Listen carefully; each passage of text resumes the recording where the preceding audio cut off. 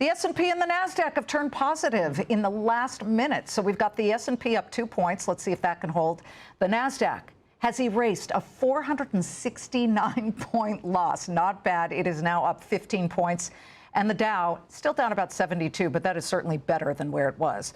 If we could, let's pull up Blue Owl. Shares are down 2% off the lows of the session, but look at this, $8.53 earlier. It hit another record low after the firm experienced elevated redemption requests for 2 of its private credit funds. According to a letter issued to shareholders, Blue Owl's flagship Credit Income Corp fund, with roughly $36 billion in assets under management, received redemption requests of about 21.9% of shares outstanding during the first quarter.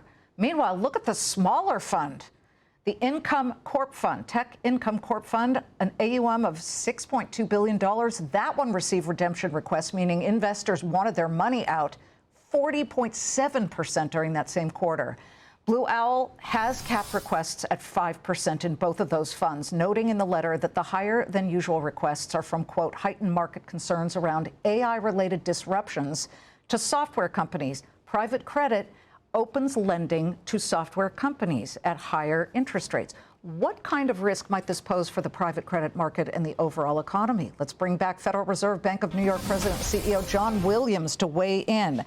John, does the Fed see private credit and this, let's call it tight tension wire, do they see it as a systemic risk to markets? Are they watching it, and how closely? Well, I will speak for myself here, but obviously we're watching it very closely. All the developments we've been seeing and you're reporting on. Is it a systemic risk in terms of the U.S. financial system? I would say no. And there's a couple of reasons. Now, again, we're watching it carefully, making sure we understand it. One is this is a market structure that is mostly, or a lot of it's owned by long-term investors. These gates and restrictions of redemptions actually reduce some of the kind of systemic risk or run risk of this. So this is a feature, if you will, of this kind of structure like we see in private equity. The other is, the question though I'm very focused on and we're studying carefully is how exposed are the banks? Because the banks lend to the private credit, their entities, and making sure that that doesn't somehow become more of a greater risk. But right now, I don't see it as the systemic risk to our system right now, but something really watching carefully. For those of you who don't know, the Fed enables banks, especially during unstable times, to park money at a decent rate, at a nice rate at the Federal Reserve. And sometimes they don't want to lend to people, so they park it at the Fed. You don't lend to the Blackstones or the BlackRocks of the world. However, there is that question because both of them have private credit funds that also received increased redemptions, same with Apollo.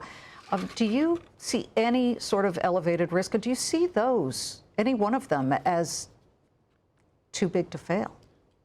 Absolutely not, in terms of the too big to fail. I do think, as you just reported, I think there are some pretty clear reasons why we're seeing these requests for redemptions. There's repricing of the investments that these companies have made or the loans that they've made, especially as has been reported around technology, software companies, things like that.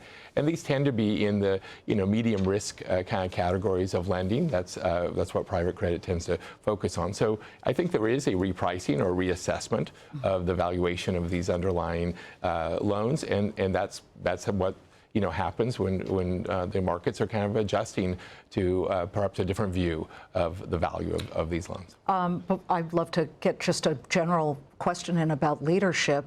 Fed Chair Powell's position ends May 15th. He can remain on the board if he so chooses. He has said he will until the investigation, the criminal investigation that the Department of Justice has filed against them. Of course, this was regarding testimony he gave about the cost of the Fed's renovation. How tough is it, if at all, for the Fed to really put that aside and just tackle the tasks at hand? Because we've got a situation with rising gasoline prices and all kinds of issues with the economy. Yeah, we are so 100% focused on our jobs. I mean, clearly there's a lot going on in terms of, as you just mentioned, but, at the Federal Reserve, I've been there 31 years. I've worked with 4 different Fed chairs, with all of my colleagues over the years. You get into that, you come to work, you get into that building, we're focused on our job. It's a really important job. People care about inflation. People care about jobs. We want to get it right, get the best analysis from across the country, and that's what we spend all of our time on. That's what I spend my time on. That's what Chair Powell does. Okay, we got about 30 seconds here, but the Senate Banking Committee is reportedly planning to hold its hearing for Kevin Warsh to become the next Fed chair. Have you spoken with Warsh about his agenda? No, I have not. Of course, I knew Kevin Warsh when he was a governor, worked with him then, and he knows the Federal Reserve very well. But I look forward to hearing his views, when the time is appropriate. What comes first, a hike on rates or a cut? Come on, I'm asking.